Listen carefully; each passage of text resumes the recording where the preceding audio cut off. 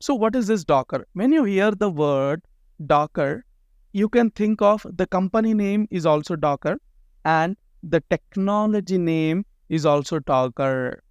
And Docker is an open source platform for developing, shipping, and running your application. You can able to develop your application in the Docker environment. You can able to ship that application. You can able to run your application in the Docker environment. Okay, it is an open source platform where you can develop, ship, and run your application. Fine. Running in the sense deploying. Okay. Docker enable you to separate your application from your infrastructure so you can deliver software quickly. What is the meaning of this?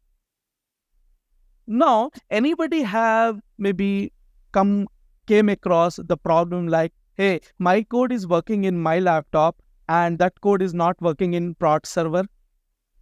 So what is the reason behind that? Why it is working in your laptop and not working in the production server? What is the reason behind that? Both are different environment. At the production level, we have different environment variables, different security things, lot of stuff. Am I right? Yes, important libraries, yes, are not available in the production. The version change. Yes. So these are the problems which may cause or which are responsible to fail your application in the production server. But in the Docker, you don't have to worry about all those stuff. You will package all the things which are needed to see your application running state in one package, in one executable. You don't have to worry about if my application is running in my laptop. Docker ensuring you if the application ran in your laptop, 100% that application will be run in production server as well. Why? Because you are packaging all this stuff which are needed in one executable. Okay, so that's where the Docker giving the property of development as well as operation to a developer itself. That's where the new stream comes into picture. Any guess what is that stream which will give a capability to developer both developing and as well as operating your application? Which stream which help in both deployment as well as development? DevOps. Yes. So that's where the Docker enables this stream. The reason for DevOps stream is Docker, where you can able to achieve both the things. Yes, by using CI/CD, by using GitHub. Yes. Okay. So that's how I can able to deploy my application as quickly, as fast as possible based upon the client requirement. And the another job of Docker is to manage the life cycle of container. By using Docker, you can able to manage your application state, creating, editing, deleting, updating, upgrading, resuming, pausing, all the stuff you can able to achieve by using Docker. You can able to request, hey Docker, I want to spin one application, please spin it.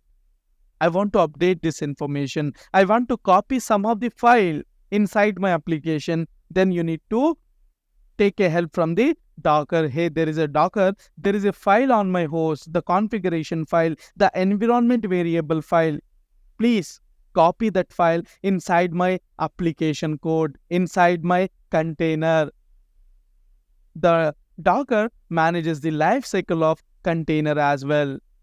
And the other thing is the use of containers to deploy your application is called containerization. Okay, so this is little introduction about Docker. What is this Docker? What are the jobs, different roles of Docker?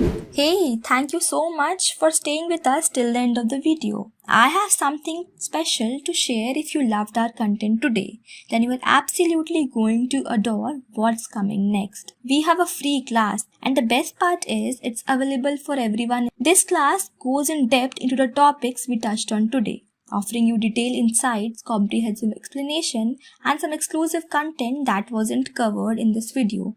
All you have to do is just click on the link in the description below and you will be redirected to a page like this. Or if you are just starting out, just type k21academy.com/k8s02.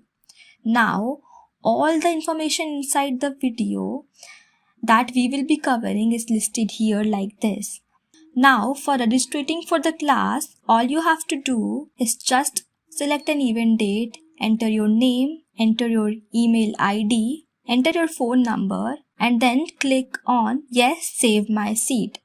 Then you will be redirected to a thank you page, and you can add this session to your Google Calendar and your Apple Calendar. You can also save this link and you can join the webinar by clicking the link. Here I promise that this is something you don't want to miss. So go ahead, click on the link and step into the world where learning knows no boundaries. Till then, keep enjoying. I will see you in the next video.